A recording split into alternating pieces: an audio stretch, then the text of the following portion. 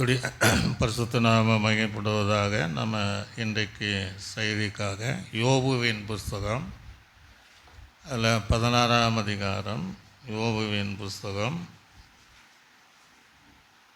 19ஆம் அதிகாரம் எடுத்துடுங்க. 19, 25 வசனம் முதல் 27வது வசனம் வரைக்கும் வாசி.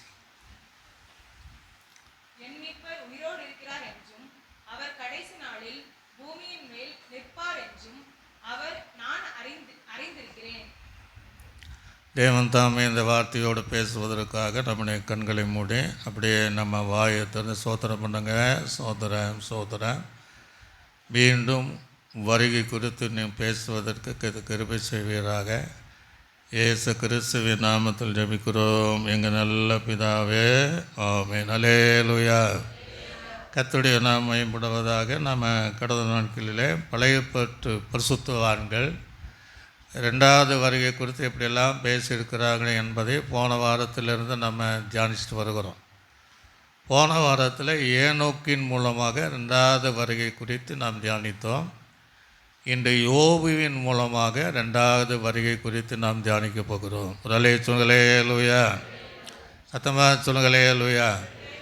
யோபு குறித்து நமக்கு நல்லா தெரியும். கர்த்தருக்கு பயப்படுகிற ஒரு மனிதன், சன்மார்க்கமான ஜீவியம் செய்கிறவன், பொல்லாப்புக்கு விலகுகிறவன், உத்தமனாய் இருக்கிறவன். அல்லேலூயா சொல்லுங்களே லூயா. ஆண்டவரே சொல்வார், யோபு தன் உதடுகளினால் பாவம் செய்யலை அப்படின்னு சொல்வார். எந்த மனிதனை பார்த்தும் பாவம் செய்யலைன்னு யாரை குறித்து ஆண்டு சொல்லலை, யோபை குறித்து மாத்திரம் சொன்னேன். அந்த அளவுக்கு வாழ்ந்தவன் தான். 10 பிள்ளைகளோடு வாழ்ந்தான். ஏராளமான ஒட்டகங்கள், மிருக ஜீவன்கள், கோவேறு கழுதைகள், ஆடு மாடு, இப்படி வேலைக்காரிகள் என்று வாழ்ந்த யோபு தான். அவன் காலங்களிலே அந்த ராப்பிச்சைக்காரர்கள் அப்படின்னா வழியில் அவங்க வந்து தங்கலை. அவர் எல்லாருக்கும் கண்ணுக்கு கண்ணாக இருந்திருக்கிறான், காலுக்கு காலாக இருந்திருக்கிறான். இப்படி வாழ்ந்த யோபுவினுடைய வாழ்க்கையில் சடுதியான தேவன் அனுமதித்த சோதனை வந்துச்சு. அல்லேலூயா. சத்தமாக சொல்லுங்க அல்லேலூயா. சடுதியான சோதனை வரும்போது எல்லா ஜனபொதியில் இமைப்படுதல எல்லாவற்றையும் இழந்தான். நிலங்களை இழந்தான், 10 பிள்ளைகளை இழந்தான், எல்லா வேலைக்காரர்களும் இழந்தான். ஒன்றுமே இல்லாத கடைசி சரீர சுகத்தையும் இழந்து கொண்டு இருக்கிற சூழ்நிலை. ஒரு சூழ்நிலை லூயா. ஆனால் அதில் நம்ம ஆச்சரியமான ஒரு காரியம், தேவன் எல்லாம் அனுமதித்தார் தவிர யோபுவினுடைய மனைவியை என்ன செய்யலை, அனுமதிக்கலை. அனுமதித்தாலும் ஜீவனை எடுப்பது மற்ற எல்லா ஜீவனம், யோபு மாத்திர ஜீவனை எடுக்கக்கூடாதுன்றார் கர்த்தர். அந்த விஷயத்தில் யோபுவின் மனைவியை ஏன் அப்படின்னா, ஒரு வேளை யோபுவின் மனைவி அவளும் இறந்திருந்தால் எல்லாமே 2 மடங்கு கொடுக்கணுன்ட்டு 2 மனைவி கொடுக்க வேண்டிய சூழ்நிலை வந்திருக்கும். ஒரு சொல்களே லூயா. அதனால் அதை கர்த்தர் நாணமாக தவிர்த்தார். ஒரு வேளை கர்த்தரே யோபுவின் மனைவியை அனுமதித்திருந்தாலும் சாத்தான் தொட்டிருக்க மாட்டான். ஏன் அப்படின்னா, நம்ம செய்கிற வேலை 90% அவள் செய்வாள் அப்படின்ட்டு யோபின் மனைவியை அவன் தொடாமல் தான் இருந்தான். ஏன் அப்படின்னா, யோபனுடைய ஜீவனை எடுக்கக்கூடாது, ஆத்துமாவை தப்பு விடணும். அது சத்துருக்கு அதிகாரம் கிடையாது. அதனால தான் அந்த மனைவி என்ன செய்த அடிக்கடி போய், நீ இன்னையா உத்தமத்தில் இருக்கிற, நீ தேவனை தூசித்து ஜீவனை அதுக்குன்னே அவன் தொடம் வச்சுருந்தான். ஒரு சொல்களே லூயா. ஏன்னா நம்ம தான் ஜீவன் எடுக்க அதிகாரம் கிடையாது. இவன் சொல்லி ஒரு வேலை ஜீவனை எடுக்கட்டுமேன்னு அவள் வைத்து இருந்தான்.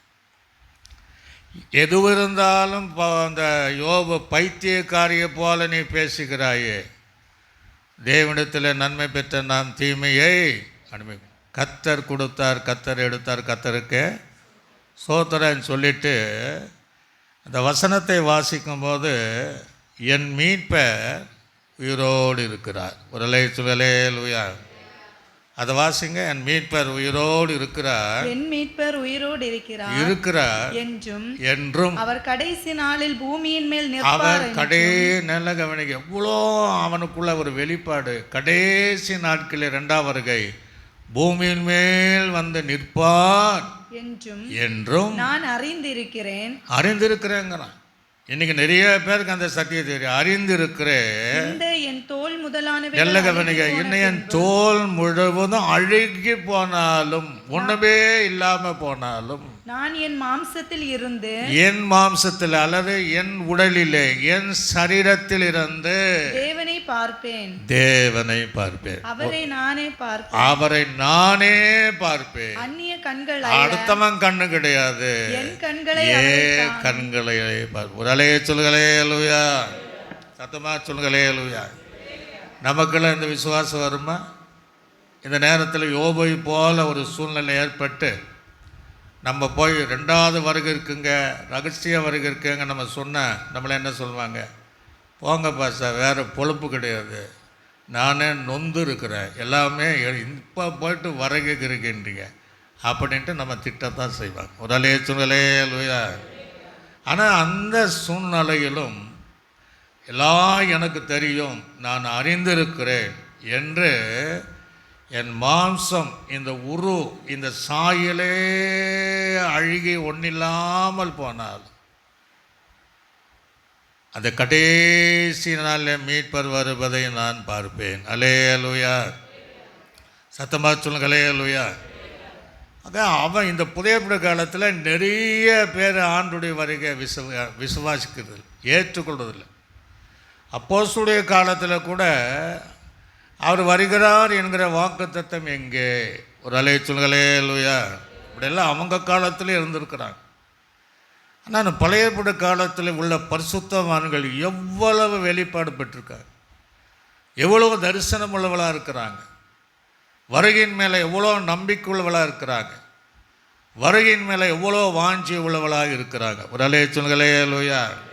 யோபு என்கிற பதத்திற்கு மூல பாஷையில் அநேக காரியங்கள் எழுதப்படாது, கொஞ்சம் நம்ம பார்த்துட்டு அடுத்தது போவோம். அவர் எல்லாவற்றையும் திருப்பி தருவார் என்கிற பதம் ஒன்று இருக்குது. ஒரு அலையை சொல்லுங்களே அல்லேலூயா. எல்லாவற்றையும் திருப்பி தருவார். அப்போ யோபனுடைய வாழ்க்கையில் தான் இழந்ததை தேவன் எல்லாவற்றையும் 2 மடங்காய் திருப்பி கொடுத்தார். ஒரு அலையை சொல்லுங்களே அல்லேலூயா. யோபுடைய 42ஆம் அதிகாரம் இல்லைன்னா அது யோபுவினுடைய புத்தகத்துக்கு மதிப்பு இல்லாமையே போய்டும். அந்த 42ஆம் அதிகாரத்தில் தான் தன்னை இழந்தவைகள் எல்லாவற்றையும் அவர் பெற்றுக்கொண்டார். ஒருவேளை இதை கேட்கிற தேவ பிள்ளைய, நீ கிறிஸ்துவின் நிமித்தமாக அநேக காரியங்கள் நீ இழந்து இருக்கலாம். ஒரு காலத்தில் யோபை போல நீ எல்லா வசதியோடு நீ இருந்திருக்கலாம். ஆனால் இன்றைக்கு இயேசு கிறிஸ்துவை ஏற்றுக்கொண்ட நிமித்தமாக பல காரியங்களை நீ இழந்திருக்கலாம். கர்த்தர் இன்றைக்கு தீர்க்கமாக சொல்கிறாரு, அதை கர்த்தர் உனக்கு திருப்பி தருவார். ஒரு அலையை சொல்லுங்களே அல்லேலூயா. நீ எதை இழந்திருக்கிறாயோ, எதை இழந்து போனாயோ, அதை மீண்டும் யோபுக்கு தந்த தேவன் உங்களுக்கும் தர வல்லவர். அல்லேலூயா சொல்லுங்களே அல்லேலூயா. தாவீதின் நாட்களில் தான் இழந்த எல்லாவற்றையும் அவன் என்ன செய்தான்? பெற்றுக்கொண்டான். எல்லாவற்றையும் நமக்கு எல்லாம் தெரியும், அதுக்குள்ளே போனால் நமக்கு நிறையா திருப்பி கொள்ளணும். ஆமாம், நீ ஓடு, தொடரு, எல்லாவற்றையும் அவன் இழந்ததை பெற்றுக்கொண்டான். கிறிஸ்துவின் நிமித்தமாக நம்ம இழந்திருந்தால் அதை எல்லாவற்றையும் பெற்றுக்கொள்ள முடியும். அதே யோபுக்கு இன்னுடைய அர்த்தம் இழப்பீடு அப்படின்ட்டு. இழப்பீடு, அந்த இழப்பீடு என்கிற வார்த்தை சர்வசாதாரணமாக நம்ம செய்தித்தாளில் வாசி, எங்களுக்கு இவ்வளோ இழப்பீடு வேணும் அல்லது நஷ்டீடு வேணும், இந்த விபத்து ஏற்பட்டவர்களுக்கு அரசாங்கம் ஒரு இழப்பீடு கொடுக்கும். புயல் காரணம் விவசாயிகள் நஷ்டப்பட்டால் அதுக்கு ஒரு இழப்பீடு அரசாங்கம் என்ன செய்யும்? கொடுக்கணும், நஷ்ட ஈடு அப்படின்னு கொடுப்பாங்க. பல வகையில் நம்ம மீனவர்கள் கடலுக்கு போய் வரலன்னா அதுக்கு ஈடாக அந்த இழப்பீடை கொடுப்பாங்க. ஆனால் அரசாங்கம் என்னத்தான் இழப்பீடு கொடுத்தாலும் ஜீவனை திருப்பி கொடுக்க முடியாது. ஒரு சொல்லுங்களே அல்லேலூயா. இயேசு ஒரு மாத்திரம்தான் இழந்து போனதையும் கொடுப்பாரு, ஜீவனையும் திருப்பி கொடுப்பாரு. ஒரு அல்லேலூயா. அவர் மாத்திரம்தான், வேறு யாரும் கொடுக்க முடியாது. அந்த அர்த்தம் உள்ள யோபு தான் அவன் வருகை குறித்ததான சத்தியத்தை அவன் எழுதுகிறான். ஒருவேளை இன்றைக்கு நீங்கள் எதை இழந்திருக்கிறீர்களோ அதை தேவன் இம்மையிலும் மறுமையிலும் திருப்பி தருகிற தேவன். அல்லேலூயா. சிலர் இம்மையில் தருவார், சிலர் மறுமையிலும் நம்முடைய தேவன் தர வல்லவராக இருக்கிறார். அதில் ஒரு வசனத்தை நீங்கள் வாசித்து பார்த்தா மத்தேயு 16:25 சொல்வார். மத்தேயு 16:25 நீங்கள் வாசிங்க, சீக்கிரமாக வாசிங்க. மத்தேயு 16:25. ஜீவனை ரட்சிக்க விரும்புகிறவன். நல்ல கவனி, நம்ம அதை நிறைய என் ஜீவனை ரட்சிக்க விரும்புகிறோம், அல்லது அது காத்துக்கொள்ள விரும்புகிறவன் அதை இழந்து போவான். அவர் சொல்றாரு, நம்ம காத்துக்கொள்ள முடியும், அதை நம்ம ஒரு நாள் அதை நம்ம இழந்து விடுவான். என் நிமித்தமாக தன் ஜீவனை இழந்து போகிறவன் அதை கண்டடைவான். முதலே சொல்லுங்களே அல்லேலூயா. இயேசு கிறிஸ்து நிமித்தமாக நம்ம ஜீவனை இழந்திருந்தால் அந்த ஜீவனை திரும்ப தருவார். அல்லேலூயா. கையில் வச்சு சொல்லுங்க அல்லேலூயா. அந்த யோபு தான் சொல்கிறேன், மீட்பர் எப்படி இருக்கிறாரா? உயிரோடு இருக்கிறார்.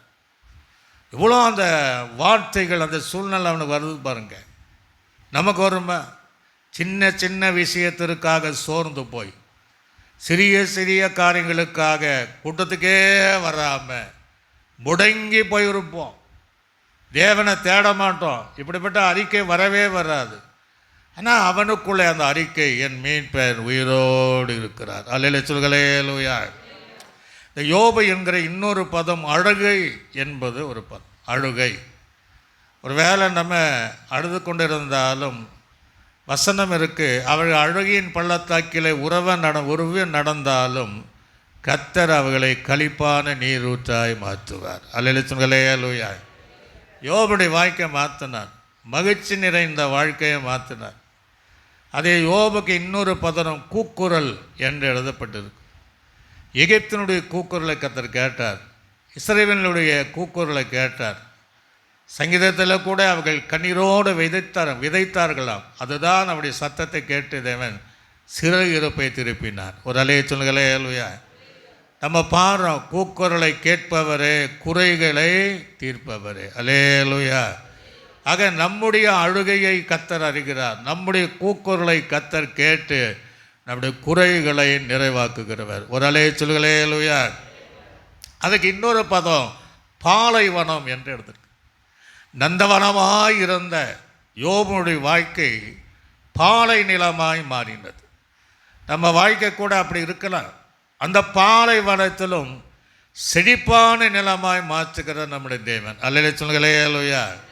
முந்தின வருஷத்துடைய வாக்குத்தத்த வசனத்தை என்ன மறந்துடக்கூடாது. இதோ நான் புதிய காரியத்தை செய்கிறேன், அது இப்பொழுதே தோன்றும் என்று அறிவீர்களா? நான் வனாந்தரத்தில் வழியும் அவாந்தரத்தில் ஆறுகளை உண்டு பண்ணுவேன். அல்லேலூயா. ஒரு வாழ்க்கை பாலைவனமாய் இருக்கிறதா, வனாந்தரமாய் இருக்கிறதா, அதை செழிப்பாக மாற்றுகிற இயேசுவிடத்தில் வரும்போது கர்த்தர் உங்கள் வாழ்க்கையை செழிப்பாக மாற்றுவார். அல்லேலூயா. ஆக இந்த யோபு தான் சொல்லும்போது என் மீட்பர் உயிரோடு இருக்கிறார். ஒரு அல்லேலூயா. யாரு? இயேசுவை சொன்னால் இயேசுவை பிறப்பை பார்க்கல, இயேசுடைய மரணத்தை பார்க்கல, இயேசுடைய பாடை பார்க்கல, இயேசுடைய உயிர்த்தெழுதலை அவனை ஏன்னா இயேசு எத்தனையோ 1000 வருடத்திற்கு பின்பு தான் அவர் பிறந்தார், பாடுபட்டார், மரித்தார், 3ஆம் நாள் உயிர்த்தெழுந்தார். அல்லேலூயா. இப்போ எவ்வளோ ஆணித்தரமாக சொல்கிறார், என் மீட்பர் எப்படி இருக்கிறாரா? உயிரோடு இருக்கிறார். ஒரு அல்லேலூயா. அப்போ இதுக்கு ஆண்டவர் என்ன பதில் வைத்திருப்பார்? அவர் பதில் நான் உயிரோடு இருக்கிறான்னு அவர் சொல்லணும் இல்லையா? சீசரை சொல்லி பார்த்தாரு. அப்பா நான் 3 நாள் பாடுபடுற மனுஷகுமாரன் பூமியில் தங்கணும், 3 நாள் யாரும் நம்பலை, எல்லாம் விட்டு ஓட்டாங்க. வெளிப்படுத்தல் விசேஷத்தில் 1:18 ஆண்டு சொல்வார், இதோ நான் மரித்தேன் சதா காலங்களிலும். ஒரு அல்லேலூயா. அதை வாசி பாருங்க 1:18. ஆனாலும் இதோ சதா காலங்களில் சதா காலங்களிலும் உயிரோடு இருக்கிறேன். ஆம், ஆம், நான் மரணத்திற்கும் நான் மரணத்திற்கும் பாதாளத்திற்கும் முறிய ஆ, திறவுகோல்களை உடையவனாய் திருவுக்கொலை உடையவனாயிருக்கிறேன். கண்டவைகளையும் இக்கண்டவைகளையும் இருக்கிறவைகளையும் இவைகளுக்கு பின் சம்பவிப்ப இவைகளுக்கு பின் சம்பிக்கிறவைகளையும் எழுது. போதும். ஒரு அலைச்சல்களே அல்லேலூயா. ஆண்டவர் யோபுக்கு பதில் சொல்ல, ஆமாப்பா நான் உயிரோடு இருக்கிறேன். அல்லேலூயா அல்லேலூயா. சதா காலங்களில் நான் உயிரோடு இருக்கிறேன். அவர் சொல்ற என் மீட்பர் உயிரோடு இருக்கிறார் என்று சொல்லுது. மேலே சொல்ல முடியுதா? அந்த வார்த்தை சொல்லணுன்னா ஒரு பலன் நமக்கு வரணும். ஒரு அல்லேலூயா அல்லேலூயா. அந்த வார்த்தை சொல்லும் போதே ஒரு அபிஷேகம் நமக்குள்ளே இறங்கணும். அப்படி சொல்லணும். எங்கள் வாழ்க்கையில் கூட நாங்கள் 2 பேரை இழந்தோம். ஒன்று எமினேசர் கல்ராஜ் 19 வயசு, இன்னொன்று 25 வயசு பெஞ்சமின் கர்லாஜ். அப்போ எங்கள் விசுவாசம் என்ன? எங்கள் மீட்பர் உயிரோடு இருக்கிறார். ஒரு அல்லேலூயா. அவர்களையும் உயிரோடு நாங்கள் பார்ப்போம் என்கிற அந்த நம்பிக்கையில் தான் கர்த்தருடைய ஊழியங்களை செய்து வரும். ஒரு அல்லேலூயா. இப்போ மீட்பர் என்பதற்கு என்ன அர்த்தம் அப்படின்னா, அந்த மூல பாஷையில் கால் என்று எழுதப்பட்டிருக்கு. கால் என்னென்ன, நீங்கள் வீட்டு பக்கம் அந்த சமையலறை நாம போயிடுவோம். ஆட்டுக்கால், மாட்டுக்கால், அந்த கால் அப்படி போயிடக்கூடாது. மனுஷகாலுக்கு கால் என்கிற அர்த்தம். மீட்பருக்கு கால் என்கிற அர்த்தத்தை மூல பாஷையில் வச்சுருக்கிறாங்க. கால் என்னும் போது எனக்கு ஒரு ஞாபகம் வருது. சில நேரத்தில் நம்ம தொலைபேசியில் பேசுவோம். நீங்கள் தொடர்பு கொள்ளும் நபர் இன்னொரும் காலில் இருக்கிறார் அப்படின்னு சொல்லுவாங்க. அந்த கால் கிடையாது. இது மீட்பர் என்கிற பதம் உள்ள அர்த்தம் உள்ள வார்த்தை தான் கால். ஒரு அல்லேலூயா. சத்தமாக சொல்லுங்களேலூயா. அதுக்கு அர்த்தம் அப்படின்னா மீட்க உரிமை உள்ளவன் என்ற அர்த்தம். மீட்பதற்கு உரிமை உள்ளவன். அப்போ எதை மீட்க முடியும்னா தன்னுடைய சொந்த பொருளை, ஒரு அல்லேலூயா, தன்னுடைய சொந்த நிலங்களை, அதை தான் சொந்த சபையை மீட்கருடைய பேர் தான் அங்கே கால் என்று சொல்லப்படுகிறது. அவர்தான் மீட்பர். ஒரு அல்லேலூயா. இப்போ பழைய காலத்தில் நம்ம இன்னும் அந்த சத்தியத்தை அறிந்து கொள்வதற்கு லேவியராகமம் புத்தகம் 25ஆம் அதிகாரம் 48ஆம் வசனத்தை 49ஆம் வசனத்தை கூட நீங்கள் வாசிங்க. லேவியராகமம் 25, 48, 49. அவன் விலைப்பட்டு போன பின், நல்ல கவனிங்க, அவன் விலைப்பட்டு போன பின் திரும்ப மீட்கப்படலாம். அவன் சகோதரரில் ஒருவன், யார் மீட்கப்படணும்? அவனுடைய சகோதரன் தான் மீட்கப்படும். அவன் சகோதரின் ஒருவன் அவனை மீட்கலாம். அவனுடைய பிதாவின் சகோதரனாவது, அந்த சகோதரனுடைய புத்திரனாவது, அவன் சகோதரனுடைய புத்திரனாவது, அவன் குடும்பத்தில் உள்ள அவனை சேர்ந்த இனத்தார், அவன் சேர்ந்த இனத்தார் எவனாவது அவனை மீட்கலாம். தன்னால் கூடுமானால் தன்னைத்தானே மீட்டுக் கொள்ளலாம். ஒரு அல்லேலூயா. அப்ப மீட்டுக் கொள்ளுனா அதுக்கு ஒரு உரிமை வேணும். அந்த குடும்பத்தை சம்பந்தப்பட்டவள் தான் மீட்கப்பட வேண்டும், தவிர இன்னொருவன் மீட்க முடியாது. அல்லேலூயா. இல்லை, நீங்கள் போவாசனுடைய வாழ்க்கையில் பார்த்தீங்கன்னா அழகாக தெரியும். ரூத்துடைய வாழ்க்கை அப்படின்னா அதில் நீங்கள் அந்த வசனத்தை வாசிக்கும் போது தெரியும். ரூத்தின் புஸ்தகம் 4ஆம் அதிகாரம் 4ஆம் வசனம் முதல் 6ஆம் வசனம் வரைக்கும் நீங்கள் வாசிங்க. ரூத்தின் புஸ்தகம் 4ஆம் அதிகாரம்.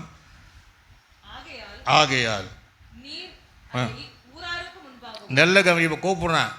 இப்போ ரூத்தை மீட்கக்கூடிய, ரூத்தினுடைய நிலங்களை மீட்கக்கூடிய, எலிமெலக்கினுடைய அந்த நிலங்களை நகோமியை மீட்கக்கூடிய உறவினர் ஒருத்தர் இருக்கிறான். அவன் நெருங்கின உறவினர். ஆனால் போவாசம் தான் அடுத்த தகுதி உள்ளவன். அதனால் ஊரார எல்லாரும் கூப்பிடுறான். அதை கூப்பிட்டு பார்த்தீங்கன்னா நிறைய மூப்பர்களையும் கூப்பிடுறான். வார்த்தை பாருங்க. மூப்பர்களுக்கு முன்பாக ஒரு 10 பேரை வாங்கி கொள்ளும்படி உமக்கு அறிய பண்ண வேண்டும் என்று பொருட்டு நீர் அதை நீர் அதை சுதந்திர முறையாக மீட்டுக்கொள்ள சுதந்திர முறையாய் மீட்டுக்கொள்ள மனதிருந்தால் மீட்டுக்கொள்ளும். மனதிருந்தால் மீட்டுக்கொள்ளும். அதை மீட்டுக்கொள்ள மனதில்லாது இருந்தால் நான் அதை அறியும்படி நான் அதை அறியும்படி எனக்கு சொல்லும். உம்மையும் உமக்கு பின்பு உமக்கு பின்பு என்ன தவிர அதை அதை மீட்டத்தக்க மீட்கத்தக்கவன் ஆ, வேறொருவனும் இல்லை. வேறொருவன் இல்லை என்றான். ஒரு அலே சொல்லுகளே லூயா. இப்ப நல்ல கவனிங்க, 10 மூப்பர்களை சாட்சியாக அங்க வைக்கிறாங்க. இயேசு கிறிஸ்து தன்னுடைய ஊழியத்தை சாட்சியாக 12 சீசர்களை வைத்திருந்தார். அலே சொல்லுகளே லூயா. உபத்திர காலத்தில் 2 சாட்சி என்ன செய்யும்? பூமியில வரும். ஒரு காரியத்தை உறுதிப்படுத்துவதற்கு 2-3 சாட்சிகள் என்ன செய்யணும்? வைக்கணும்னு சொல்றார். இன்றைக்கு நீங்களும் நானும் உலகம் முழுவதும் இயேசுவுக்கு சாட்சியாக இருக்கிறோம். ஒரு அலேச்சுங்களே லூயா.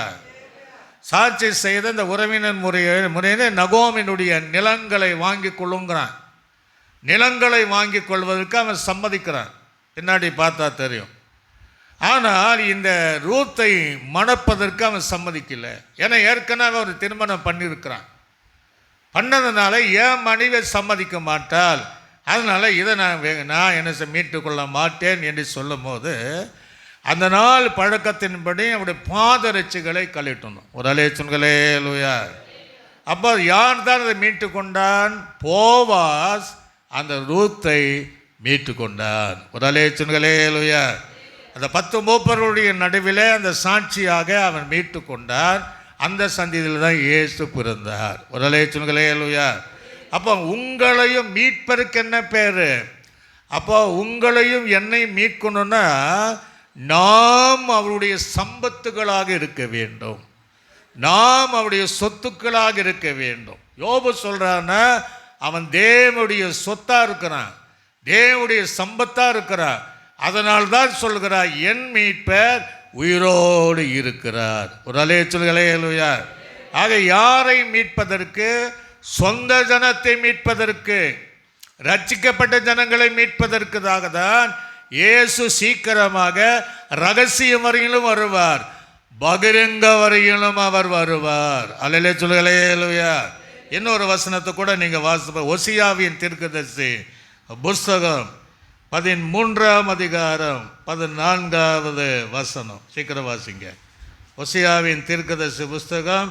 அவர்களை நான் பாதாளத்தின் வல்லமைக்கு நீங்களாக்கி மீட்பேன், பாதாளத்தின் வல்லமைக்கு நீங்களாக்கி மீட்டேன்.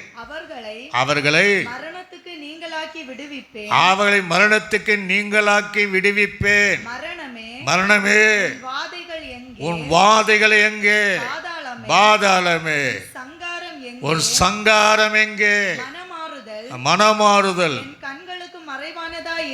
என் கண்களுக்கு மறைவானதாய் இருக்கும். இவன் சகோதரருக்குள்ளே ஜன பெருத்தவனாய். இங்க நல்ல அவர்தான் பாதாளத்தில் இருந்தோம், மரணத்தில் இருந்தோம் தேவன் நம்மை மீட்கிறவர். அல்லேலூயா. புதியப்பட்டார் சொல்ல, மரணமே உன் கூரை எங்கே? பாதாளமே கரங்களை வைத்து சொல்லுங்களே லூயா. அவர் நம்மை மீட்கணும்னா அவரால் மாத்திரம் மீட்க.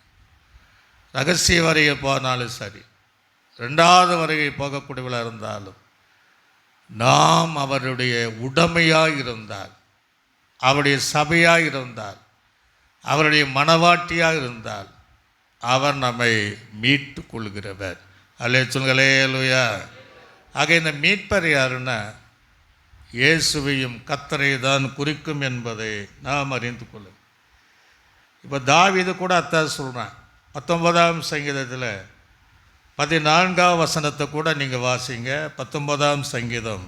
என் கண்மலையும் என் மீட்பெருமாகிய கர்த்தாவே. அவனா தான் சொல்றான், என் மீட்பெருமாகிய கர்த்தாவே. என் வாயின் வார்த்தைகள் என் இருதயத்தின் தியானமும் உமது சமூகத்தில் திருப்தியாய் இருப்பதாக. அல்லேலூயா.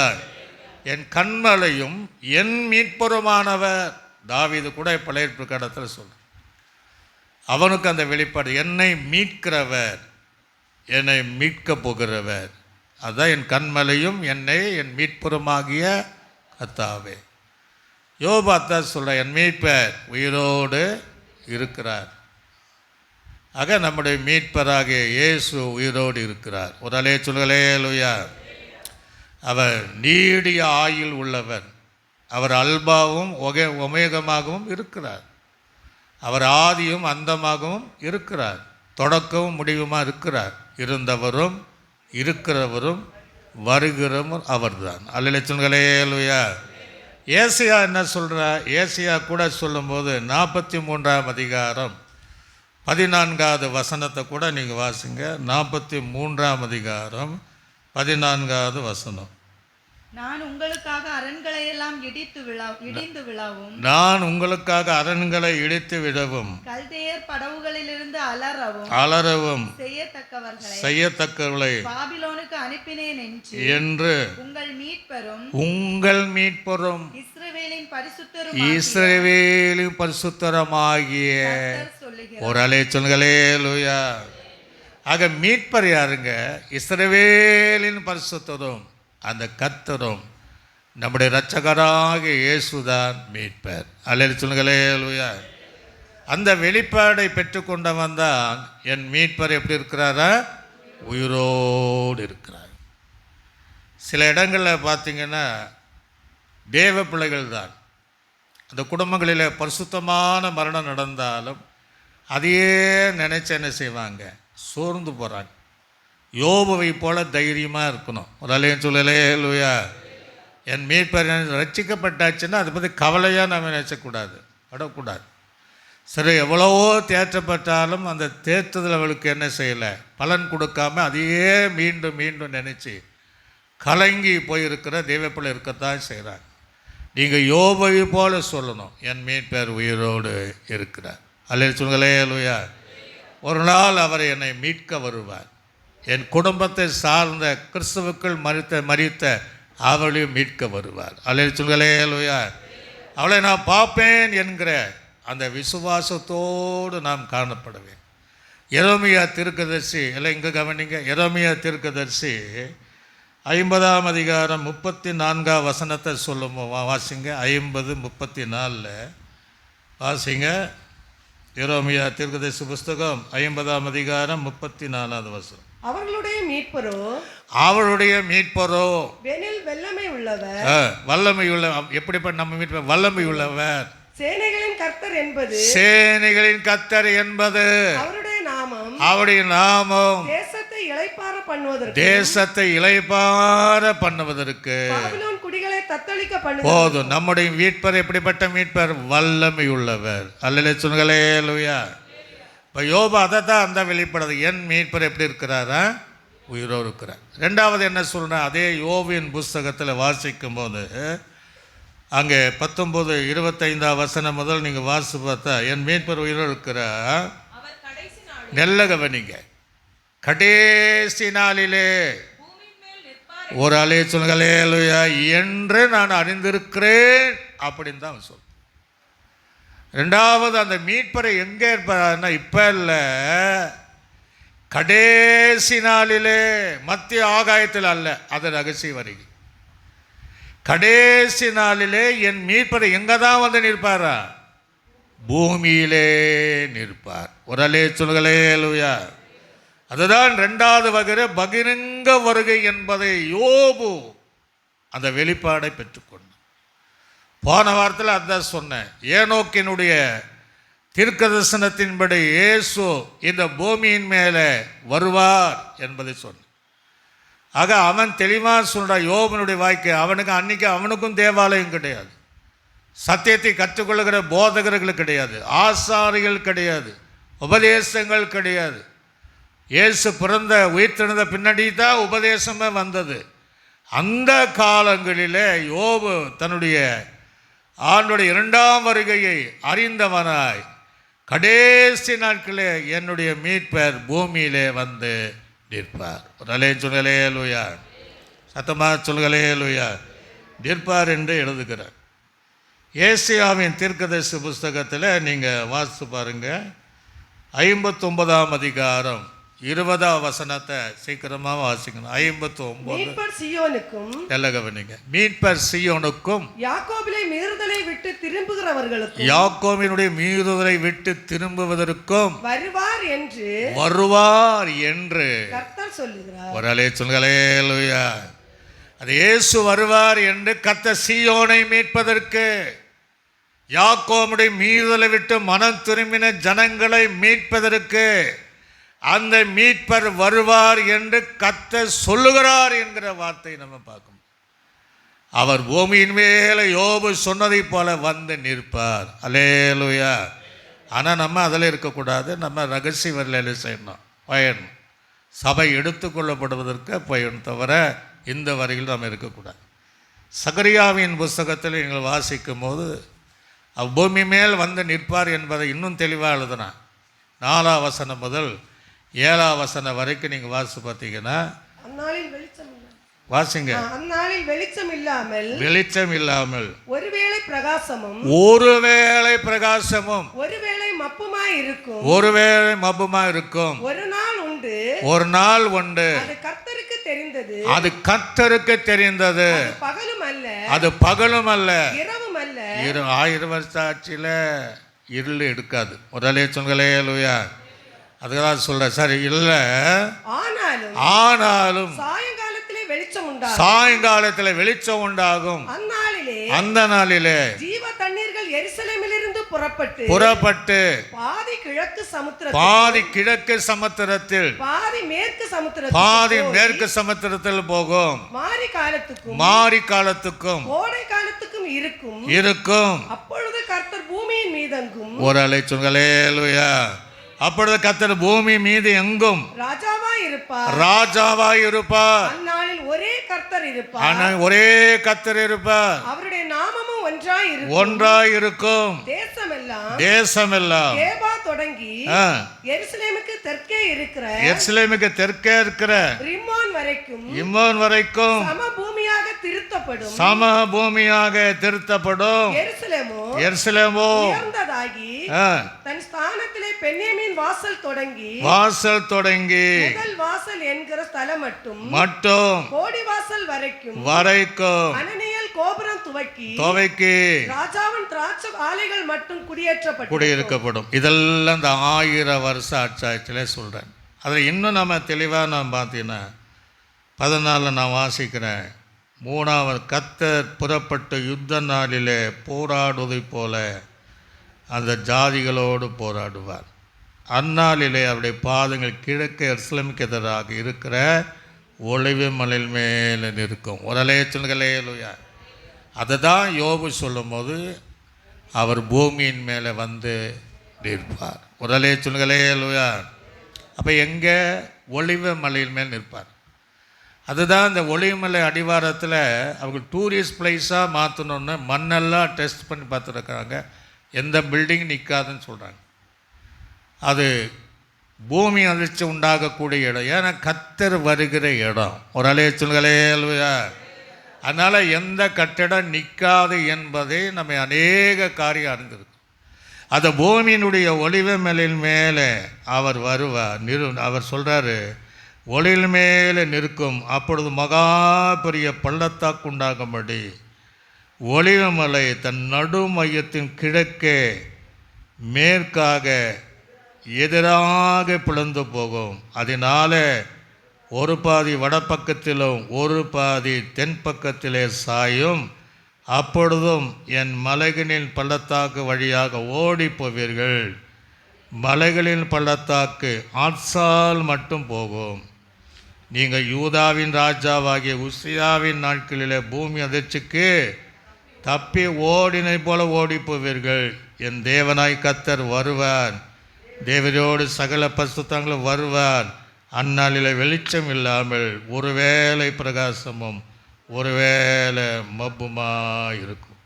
ஒரு நாள் உண்டு, அது கர்த்தருக்கு தெரிந்தது. அந்த பகலுமல்ல இரவுமல்ல, ஆனால் சாயங்காலத்தில் வெளிச்சம் உண்டாகும். அல்லேலூயா அல்லேலூயா. சாயங்காலத்தில் வெளிச்சம். ஆக எங்கே வருவார் என்பதை யோபு சொன்னதை போல இந்த தீர்க்கதரிசி கர்த்தர் எங்கே வருகிறார், பூமியின் மேலே ஒளிவ மலையின் மேலே அவருடைய பாதங்கள் அமரும். ஒரு அல்லேலூயா. கடைசி யுத்தங்கள், அந்த அர்மகேதான் யுத்தங்கள் செய்வதற்காக 2வது வருகையில் இயேசு வந்து நிற்கக்கூடிய இடம் அந்த ஒளிவ மலை என்பதை நாம் அறிந்து கொள்ள வேண்டும். இதுக்குரிய ஏராளமான காரியங்கள் இருக்கிறது. நீங்கள் எழுதி வைத்திருக்கிறவர்கள் எழுதி வைத்திடுங்க. வெளிப்படுத்தல் விசேஷம் 19ஆம் அதிகாரம் 11 முதல் 21 வரையும், வெளிப்படுத்தல் விசேஷம் 20:1-10 வரையும் நீங்கள் எழுதி வைத்து கொள்ளுங்கள். இன்னும் கர்த்தர் இன்னும் தெளிவாக நீங்கள் பார்த்தீங்கன்னா அப்போஸ்தலர் நடபடிகள் 1ஆம் அதிகாரம் அதில் 11ஆம் வசனத்தை கூட நீங்கள் எடுத்து வாசித்து பாருங்கள். அப்போஸ்தலர் நடபடிகள் 1ஆம் அதிகாரம். கலிலேயராகிய மனுஷரே, ஏன்னா ஒலிவ மலையில் தான் ஆண்டவர் எடுத்துக்கொள்ளப்பட்டார். கலிலேயாகிய மனுஷரே, நீங்கள் ஏன் வானத்தை அண்ணாந்து ஏன்னா இயேசு அப்படி எடுத்துக்கொள்ள ஒலிவ மலையிலிருந்து ஏன் நீங்கள் வானத்தை அண்ணாந்து பார்க்கிறீர்கள்? உங்களிடத்திலிருந்து வானத்துக்கு எடுத்துக்கொள்ளப்பட்ட, வானத்திற்கு இந்த ஒலிவ மலையிலிருந்து எடுத்துக்கொள்ளப்பட்ட இந்த இயேசுவானவர் எப்படி உங்களுடைய கண்களுக்கு முன்பாக எடுத்துக்கொள்ளப்பட்டாரோ அப்படியும் மறுபடியும் அந்த எடுத்துக்கொள்ளப்பட்ட ஒலிவ மலையின் மேல் வருவார் என்று அங்கே இந்த வாக்கு பார்க்கும். ஒரு அல்லேலூயா. எந்த இடத்திலிருந்து அவர் எடுத்துக்கொள்ளப்பட்டாரோ, எவ்விதமாய் எடுத்துக்கொள்ளப்பட்டாரோ அவ்விதமாய் இயேசு கிறிஸ்து இந்த ஒலிவின் மேலே அவருடைய பாதங்கள் நிற்கும்படி அவர் பகிரங்க 2வது வருகையில் வருகிறார் என்பதை யோபனுடைய வெளிப்பாட்டை நம்ம பார்க்க முடியும். அல்லேலூயா. என் மீட்பர் கடைசி நாள் பூமியில் மேலே வந்து நிற்பார்.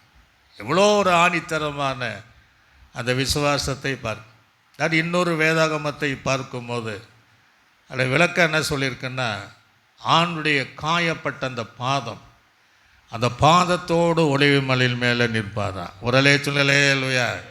இப்போ யோசித்த இப்படிலாம் இருக்கான். ஆமாம், உயிர்த்தெழுந்த பின்னாடி அதுக்கு எவிடன்ஸ் பைபிள் இருக்குது. தேமாக்கிட்ட சொன்னேப்பா, நீ என்னுடைய விழாவில் என்ன செய்ய, குத்தி பாருப்பா, காயத்தை பார், தொட்டு பாருன்னா.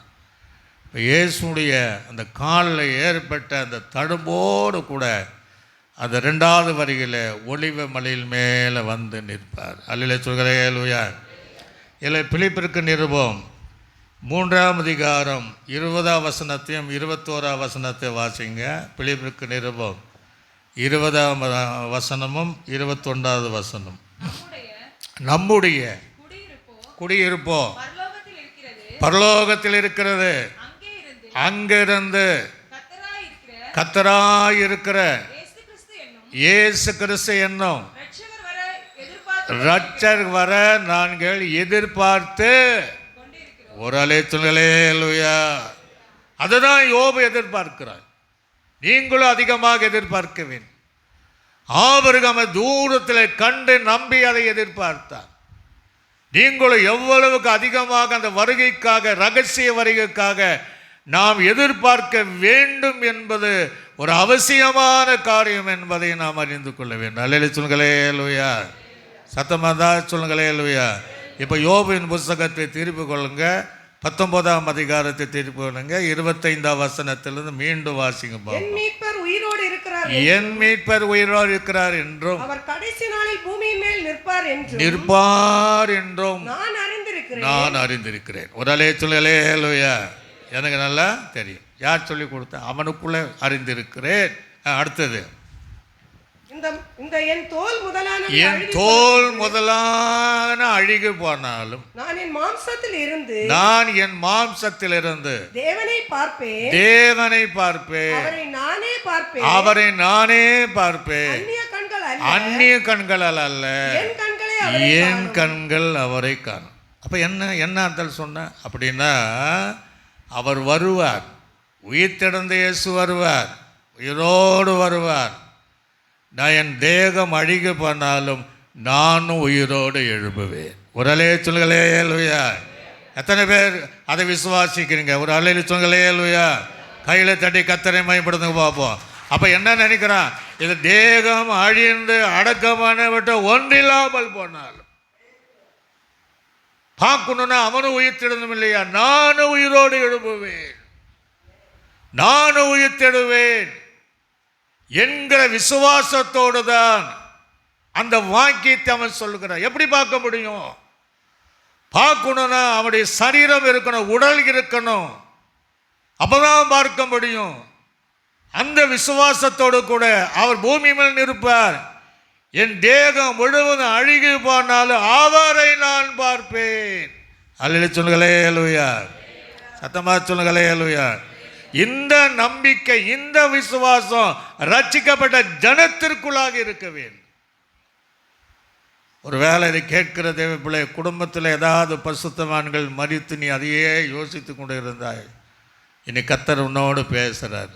அவங்க உயிரோடு வரும்போது நீயும் ஒருவேளை உயிரோடு இருந்தால் மறுரூபமாக்கப்படலாம், ஒருவேளை மரித்து போனால் உயிரோடு எழும்பி அவர்களை பார்க்கலாம். ஒரு அலைய சொல்களே லூயா, சத்தமாக சொல்களே லூயா. நம்ம விசுவாசம் தான். ஒருவேளை ஆண்டோடைய வருகை வந்தால் மறுரூபமாக்கப்படுவோம்.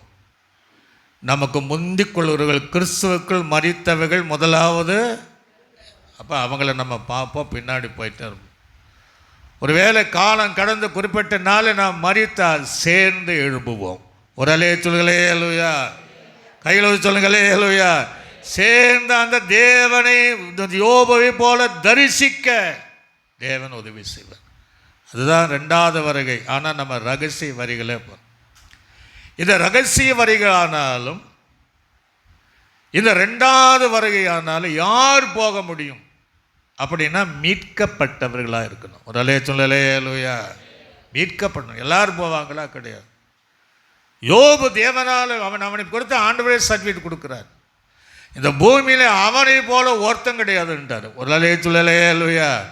பூமியிலே அவனை போல அவன் ஒருத்தன் தான் சொன்னார். நோவாவின் காலத்தில் அவன் காலங்கள் நீதிமானாக இருந்தான், அது வேற. யோபு சொல்லும் போது யோபை போல பூமியில் ஒருத்தனும் கிடையாதுன்னார். அல்லேலூயா.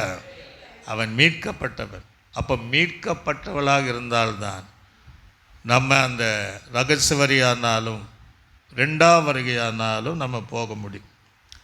எபேசியர் நிருபத்தில் நீங்கள் வாசிக்கும் போது முதலாவது எங்கே மீட்பு உண்டாகும்னா நம்முடைய ஆத்துமாவிலே மீட்பு உண்டாகணும். ஒரு அலைய சொல்களே அல்லேலூயா. ஒருவன் உலகம் முழுவதும் ஆதாயப்படுத்தினாலே தன் ஆத்துமாவை நஷ்டப்படுத்தினால் லாபம். இரத்த சிந்துதல் இல்லாமல் பாவ மன்னிப்பு உண்டாகாது. பாவம் செய்கிற ஆத்துமா சாது. அப்போ எங்கே மீட்பு உண்டாகணும்? ஆத்துமாவில் மீட்பு உண்டாகும். எபேசியர் நிருபத்தில் வாசிக்கும் போது 1ஆம் அதிகாரம் 7ஆம் வசனத்தை சீக்கிரமா வாசிங்க. 1:7. அவருடைய கிருபையின் ஐசுவரியத்தின்படியே, அவருடைய கிருபையினுடைய ஐசுவரியத்தின்படியே, இவருடைய இரத்தத்தினாலே, யாருடைய இரத்தத்தினாலே? இயேசுடைய இரத்தத்தினாலே பாவ மன்னிப்பாகிய மீட்பு இவருக்குள் இயேசுவுக்குள்ளாக நமக்கு உண்டாயிருக்குங்கிறார். ஒரு அலைய சொல்லலே அல்லேலூயா. பாவத்திலிருந்து முதலாவது மீட்கப்பட்டவளாக இருக்க வேண்டும். மீட்கப்படாதவர்களை மீட்கும்படி இயேசு வருவதில்லை. பாவத்திலிருந்து மீட்கப்பட்ட இயேசுவின் இரத்தத்தினால் கடவப்பட்ட மனம் திரும்பின தேவ பிள்ளைகளை மீட்பதற்கு தான் இயேசு முதலாவது வருகையிலும் ரெண்டாவது வருகையிலும் வருவார். அல்லேலூயா. மீட்கப்படணும். அவருக்குள்ளதான் மீட்பு. அவர் இல்லாமல் நமக்கு மீட்பு கிடையாது. வேற எந்த வகையிலும் மீட்பும் பொருளை நாம் செலுத்தவும் முடியாது, கூடாது. இயேசுதான் நம்மை மீட்கணும். ஆக வருகையில் போகணும்னா அவரால் மீட்கப்படணும். கொலேசருக்கு நிருபத்தில் 1ஆம் அதிகாரம் அதில் 14ஆம் வசனத்தில் வாசிக்கும் போது குமாரராகிய அவருக்குள் அவருடைய இரத்தத்தினாலே பாவ மன்னிப்பாகிய மீட்பு நமக்கு உண்டாகி இருக்கிறதுங்கிறார். என்ன மீட்பு? பாவ மன்னிப்பாகிய மீட்பு கிறிஸ்து இயேசுவின் இரத்தத்தினாலே உண்டாயிருந்தால் மாத்திரம்தான் யோபு படி சொல்ல முடியும், என் மீட்பர் உயிரோடு இருக்கிறார். அல்லேலூயா. கடைசி நாள் பூமியில் வந்து நமக்கு ஆகாயத்தில் இருப்பார். என் தேகம் முழுவதும் அழிந்து போனாலும் நான் என் மாம்சத்தில் அவரை பார்ப்பேன். அந்நிய கண்களால் அல்ல, என் சொந்த கண்ணால் பார்ப்பேன். அல்லையிலே சொல்லுங்களே லூயா, சத்தமாக சொல்லுங்களே லூயா. அதுதான் நம்ம ஏற்றுக்கொண்ட காரியமாக இருந்தான். இதுவரை எத்தனை பாடுகள் நடைவிலும் ஊழியம் செய்வதும் விசுவாச வாழ்க்கை வாழ்வதும் அந்த ஒரே எதிர்பார்ப்பு. அல்லையிலே சொல்லுங்களே லூயா. இல்லை, சங்கீதத்தில் எழுதும்போது 49:9 ஆத்மா மீட்பு மிகவும் அருமைங்கிற இதை மீட்படையணும். ஆத்மா மீட்பு அருமையான மீட்பு. அதை வாசிங்க. 49ஆம் சங்கீதம் 9ஆம் வசனத்தை கூட. அவர்கள் ஆத்தும மீட்பு மிகவும் மிகவும் மிகவும் அருமையானது, அது ஒருபோதும் முடியாது அப்படிங்கிறார். அப்போ எதனால் மீட்கப்படணும்? இயேசுவின் ரத்தத்தினால மீட்கப்படணும். அல்லையிலே சொல்லுங்களே லூயா. பாவ மன்னிப்பு உண்டாகணும், மன திரும்பல் உண்டாகணும். அப்போ தான் அவரை பார்க்கணும். பாவம் இல்லாதவர்களுக்கு 2ஆம் விசை தரிசனம் ஆவார் என்று ரோமரில் நம்ம வாசி. கர்த்தர் சீக்கிரமாய் வருகிறார். அல்லையிலே சொல்லுங்களே லூயா. அல்ல 1 பேதுல அழகாக எழுதுகிறார். 1 பேதுக்கு நிருபம் 1ஆம் அதிகாரம் 18-19 வாசிங்க. 18-19 சீக்கிரம். அவரோடு கூட நாங்கள் பரிசுத்த பர்வதத்தில் இருக்கையில் 1 பேதுரு 1:18-19 உங்களுடைய முன்னோர்களால், நல்ல கவனிங்க, இதை நம்ம சரியாக கவனிங்க. உங்களுடைய முன்னோர்களால் பாரம்பரியமாய் அதை சொல்றார். அவங்களுடைய மார்க்கம், அவருடைய உபதேசம், அவருடைய கற்பத்தின்படி அனுசரித்து வந்த வீணான நடத்தனை, வீணான ஆராதனை நின்று அழிவுள்ள வஸ்துக்களாகிய வெள்ளியினாலும் பொன்னினாலும் உங்களை மீட்கப்பட முடியாது. உடலே சொல்லலேலுயா. ஆக முன்னோர்களால அனுசரித்து வந்த எந்த காரியத்தினாலும் மீட்க முடியாது. நாம் சம்பாதித்து வைத்த பொன்னினாலும் மீட்க முடியாது, எந்த வஸ்துக்களினாலும் மீட்க முடியாது, வெள்ளியினாலும் மீட்கப்பட முடியாதுன்னு சொல்லிட்டு அடுத்தது என்ன சொல்றாரு? குற்றமில்லாத மாசற்ற ஆட்டுக்குட்டி ஆகிய கிறிஸ்துவின் விலையேறப்பட்ட ரத்தத்தினால் மீட்கப்பட்டீர்கள் என்று அறிந்திருக்கிறீர்களே. ஒரு அலே சொல்லுங்களே லூயா. எதெல்லாம் நம்ம மீட்க கிடையாது, இயேசுவின் ரத்தத்தினால மீட்கப்பட்டால்தான், பாவம் மன்னிப்பு உண்டாகி கழுவப்பட்டு மனம் திரும்பினவர்கள் தான் அந்த மீட்பு, முதல் மீட்பு நமக்கு அடையாளமாய் தருகிறார். அல்லே சொல்லுங்களே லூயா. சத்தமாக சொல்லுங்களே லூயா. நான் இயேசுவினால் மீட்கப்பட்டவன் என்று சொல்லுகிறவர்கள் ஒரு அலே சொல்லுங்களே லூயா. நானும் தான் எடுக்காமல் சொல்லிடக்கூடாது. மீட்கப்பட்டல் மாத்திரம். 2வது, நீங்கள் ஒரு மீட்பு, அந்த மீட்பர் வரணுன்னா இன்னொரு மீட்பு நமக்கு தேவை. அந்த மீட்பு தான் இது. என்ன, எதற்காக மீட்பு? அவருடைய சபையாய் மாற, அவருடைய சம்பத்தாய் மாற, அவருடைய உரிமை சொத்தாக மாற. அல்லே சொல்லுங்களே லூயா. மனவாட்டியாய் மாற, அவருடைய பிள்ளையாய் மாற இந்த மீட்பை தரார். ஆனால் பரலோகராஜ்யம் பண்ணணுன்னா இன்னொரு மீட்பை பெறணும். அந்த மீட்பை நிறைய பேர் பெற்றுக்கொள்ளாமல் இருக்கிறாங்க. எபேசியர் நிருபத்தில் வாசிக்கும் போது 4ஆம் அதிகாரம் அதில் 30ஆம் வசனத்தை கூட வாசிங்க. 4ஆம் அன்றியும் நல்ல கவனிக்க, இது 2வது மீட்பு. நீங்கள் அந்த நித்திய மீட்புக்கு மீட்கப்படும் நாளுக்கென்று முத்திரையாக பெற்ற தேவனுடைய பரிசுத்த ஆவியை நீங்கள் துக்கப்படுத்தாது இருங்கள். ஒரு அலே சொல்களே அல்லையா. ஆக 2வது மீட்பு என்ன மீட்பு? பரிசுத்தாவியினால் உண்டாகிற மீட்பு. அதுக்கு என்ன பேர்? மீட்கப்படும் நாளுக்கென்று நீங்கள் பெற்றுக்கொண்ட பரிசுத்தாவி என்கிற முத்திரை. ஒரு அலே சொல்களே அல்லையா. இன்னைக்கு ஆவிக்குரிய சபையில் நிறைய பேர் 2வது முத்திரை மீட்பை பெற்றுக்கொள்ளலை. நீங்கள் இருந்தால் அமெரிக்கா போகணுன்னா பாஸ்போர்ட்டும் தேவை, விசாவும் தேவை. ஒரு ஆளே சொல்லலே இல்லையா. பாஸ்போர்ட்டை வச்சுட்டு எங்கேயும் போக முடியாது, விசாவும் கேட்பான். நீங்கள் பரலோகராஜ்யம் போனோன்னா அவருடைய ரத்தத்தினால் மீட்பு, பரிசுத்தாவினால் மீட்பு 2 இருந்தால் தான் அங்கே போக முடியும். ஒரு ஆளே சொல்லலே இல்லையா. அந்த மீட்பை பெற்றுக்கொள்ளணும், ஆயத்தமாக இருக்கணும். பரிசுத்தாவியை பெற்றுக்கொள்ள தூங்காமல் தவம் இருந்து எப்படியாகிலும் பரிசுத்தாவியானே பெற்றுக்கொள்ளும். அது மீட்கப்படும் நாளுக்கென்று. இது ரெண்டில் ஒன்று இல்லைன்னா நம்ம பரலோக ராஜ்யம் போக முடியாது. இது ரெண்டில் ஒன்று இல்லைன்னா ரகசிய வரிகளை போக முடியாது. ரெண்டில் ஒன்று இல்லைன்னா பரலோக ராஜ்யம் 2வது வரையும் போக முடியாது. அல்லையிலே சொல்லுங்களே அல்லையா. அதெல்லாம் நினச்சி தான் அவன் சொன்னான், என் மீட்பர் உயிரோடு இருக்கிறார், கடைசி நாளே பூமி மேலே வந்து நிற்பார். என் தேகம் முழுவதும் அழுகி போனால் என் மாம்சத்தில் நான் அவரை பார்ப்பேன்.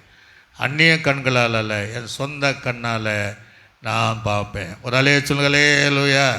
அந்த கடைசி இந்த 2 மீட்பு இருந்தால்தான் கடைசி மீட்பு. பாருங்கள், ஏசாயாவின் தீர்க்கதரிசி புஸ்தகம் 35ஆம் அதிகாரம் 9ஆம் வசனத்தையும் 10ஆம் வசனத்தை வாசிங்க. ஏசாயாவின் அங்கே சிங்கம் இருப்பதில்லை, துஷ்டமிருகம் அங்கே போவதுமில்லை, அங்கே காணப்படவும் மாட்டாது. 35 நல்ல கவனிங்க. இது 1000 சொல்கிறாரு, எதுவுமே இருக்காது. துஷ்டம் மிருகம் சிங்கம் அதெல்லாம் இருக்காது. மீட்கப்பட்டவர்கள் ஒரு அலைய சொல்லுங்களே லூயா.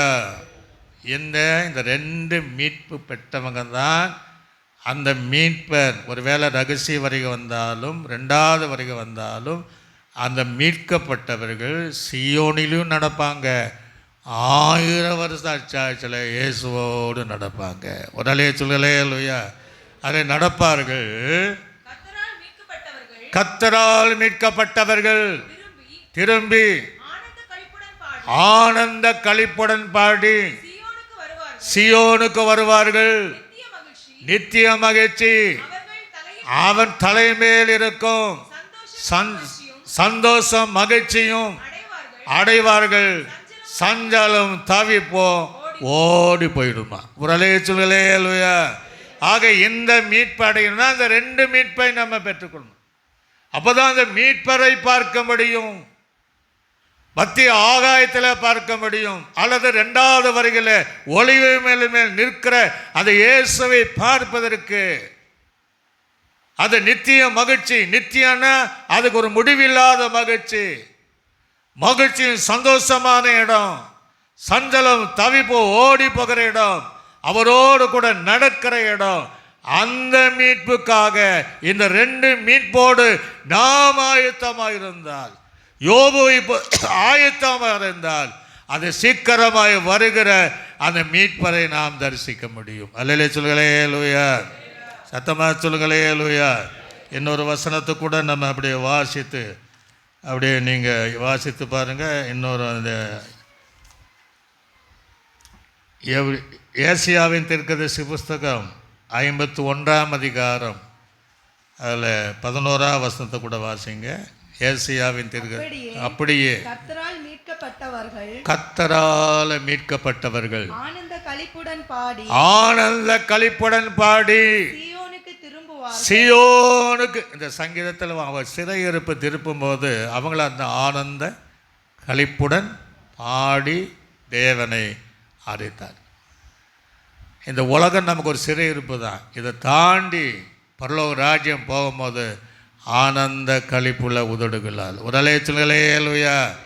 சத்தமாக சொல்லுங்களே லூயா. அதுதான் நிரந்தர ஆனந்தமான களிப்புள்ள உதடுகளால் தேவனை பாடி அங்கே போக முடியும். வாசிங்க அந்த வசனத்தை.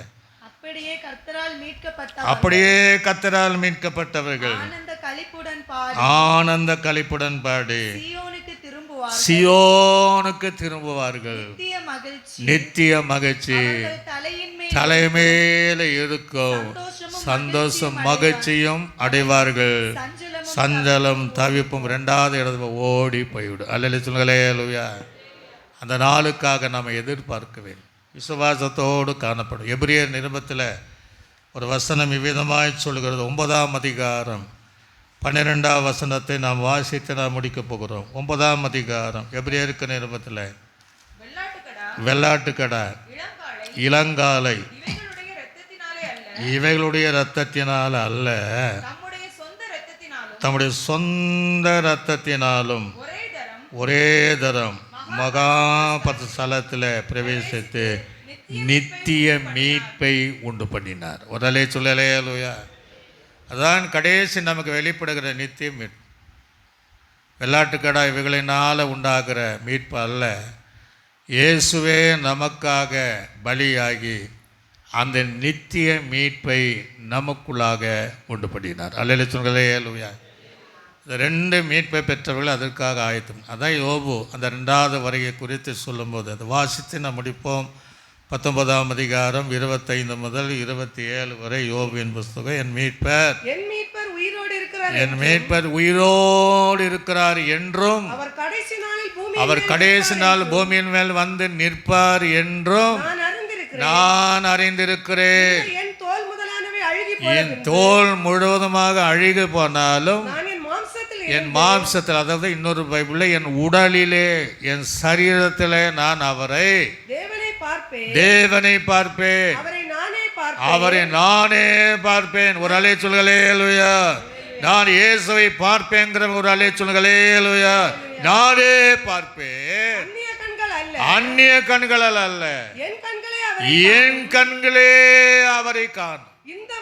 இந்த வாஞ்சியா என் உள்ளந்தரியங்கள் என்ன சோர்வு அவனுக்கு?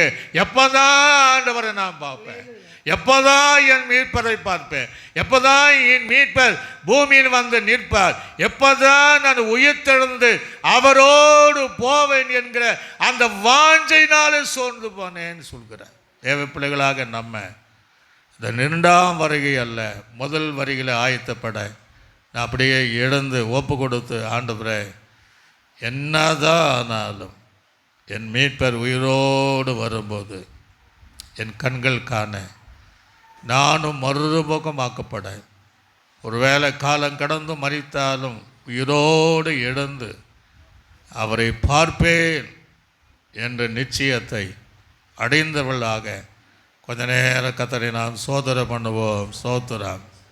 இது கேட்கிற தேவ பிள்ளையே, ஒரு குடும்பத்தில் ஒரு வேளை இளம் வயதுள்ளவர்கள் ரட்சிக்கப்பட்டு மரித்திருக்கலாம், சிலருடைய பெற்றோர்கள் மரித்திருக்கலாம், சிலருடைய மனைவி கணவனானாலும் மரித்திருக்கலாம். அதை நினைத்து நீ சோர்ந்து போகாமல் அவளை நான் பார்ப்பேன், நான் உயிரோடு எழும்புவேன் என்கிற விசுவாசத்தோடு நீ இருக்கும்போது உன் மேலே விசேஷித்த அபிஷேகத்தை தேவன் தருகிறார். யோபு தன் நாட்களில் உபதேசம் இல்லாத நாட்களிலும் அவனுக்கு எல்லாம் அழுகி போன எல்லாம் இழந்த ஒரு சூழ்நிலையிலும், மனைவி கூட தனக்கு ஆதரவான வார்த்தை சொல்லாத சூழ்நிலையிலும் என் மீட்பர் உயிரோடு இருக்கிறார், கடைசி நாள பூமியில் வந்து நிற்பார் என்பதை நான் அறிந்திருக்கிறேன். என் தேகம் சரீரம் அழுகி அழிந்து போனாலும் என் மாம்சத்தில் நான் அவரை தீர்மானம் பண்ணேன். உன்னை விட்டு பரிசுத்தவான்கள் அவர்களை நீ பார்க்கலாம் என்கிற தைரியத்தோடு நீ வாயை திறந்து கர்த்தரை நீ துதி. உன் சோர்வான இடத்திலிருந்து எழும்பு. நீ ரீகாலாபாராப கர்த்தனோடு இடைப்படுகிறார், உன்னோடு கூட பேசுகிறார். நீ உன்னுடைய அப்பாவை நினைத்து, அம்மாவை நினைத்து, உன்னுடைய உடன்பிறப்புகளை நினைத்து நீ தவித்தது போதும், நீ எழும்பு, நீ அவளை பார்க்கலாம் என்று கர்த்தரனோடு பேசுகிறார். யோபுவை போல் உன் வாயில நீ அறிக்கை செய். ரீகாலாபாராப சந்தாபர் எல்லாரும் வாயிலை தரும். ஹல்லேலூயா. ரீபாபாபா ரீகாலாபாராபா. நன்றி அப்பா. கர்த்தர் அநேகரோடு இடைப்படுகிறேன், அநேகரு கூட நீ பேசுகிறேன், அதற்காக நன்றி செலுத்துகிறோம். ஆமென். எல்லார் பிதாவாகிய தேவனை நாம் சோதரம் பண்ணுவோம். சோதரம். கர்த்தராக இயேசு கிறிஸ்துவை நாம் சோதரம் பண்ணுவோம். நம்மை ஆற்றி தேற்றி வழிநடத்தின பரிசுத்த ஆவியானவரை சோதரம் பண்ணுவோம். நல்ல ஆண்டவரே, இந்த ஆஸ்வதிக்கப்பட்ட இந்த பகற்காலங்களிலும் யோபின் மூலமாக 2வது வருகை குறித்து என் மீட்பர் உயிரோடு இருக்கிறார் என்று கர்த்தர் எங்களோடு கூட பேசினேன். இந்த செய்தியை கேட்கறதுக்கு முன்பாக பலரை நினைத்து ஆண்டவரே சோர்ந்திருந்தாலும் அவர்கள் மீண்டும் கர்த்தருக்காக எழும்பி தங்கள் விசுவாச வாழ்க்கையை தொடர, ஒருவேளை ஊழியக்காரர்கள் இருந்தாலும் ஆண்டவரே அவளை தொடர்ந்து தேவனுக்கென்று அவரை பார்ப்போம் என்கிற நிச்சயத்தோடு ஊழியங்களை செய்வதற்கு நாங்கள் பாடினவனமாக நாட்கள் முடியும் வரை, என் ஜீவன் புரியும் வரை, என் சுவாசம் ஒழியும் வரை என்று கர்த்தருக்காக நின்று கடைசி நாளில் அவருடைய இழந்ததை எல்லாவற்றை பெற்றுக்கொள்ளத்தக்க பார்க்கத்தக்க அந்த விசுவாசத்தினால் அவளை நிரப்புவதற்காக சோதர் சபையாருக்காக ஜெபிக்கிறோம். இந்த சத்தியத்தை அறிந்து எந்த கள்ள போதகத்துக்கு இடம் கொடுக்காம தேவ இந்த சத்தியங்களெல்லாம் மற்றவர்களுக்கு சொல்லி அநேகர் கர்த்தருக்குள்ளாக நீர் ஆயத்தப்படுத்த நீர் உதவி செய்கிறார். வீடு சேர்கிற வரை சமங்க கூட இருப்பதற்காக சோத்திரம். கேட்கிற யாவரும் பலனடைந்து கர்த்தருக்காக நிற்க உதவி செய். இயேசு கிறிஸ்துவின் நாமத்தில் ஜெபிக்கும் நல்ல பிதாவே.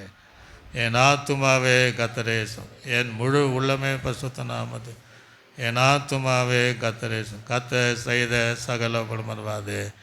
ஆமென். கர்த்தராகிய இயேசுவின் கிருபையும் பிதாவாகிய தேவனுடைய அன்பும் பரிசுத்த ஆவியானுடைய அன்னினை ஐக்கிய சந்தோஷ சமாதானம் நம் அனைவரோடும் சகல பரிசுத்தங்களோடும் ஆண்டவராய் இயேசு கிறிஸ்து வரைக்கும் சதா கால என்றென்றைக்கும் நம்மோடு இருப்பதாக. ஆமென். அல்லேலூயா, அல்லேலூயா, அல்லேலூயா. கர்த்தர் உங்களை யாவரையும் ஆசீர்வதிப்பார்.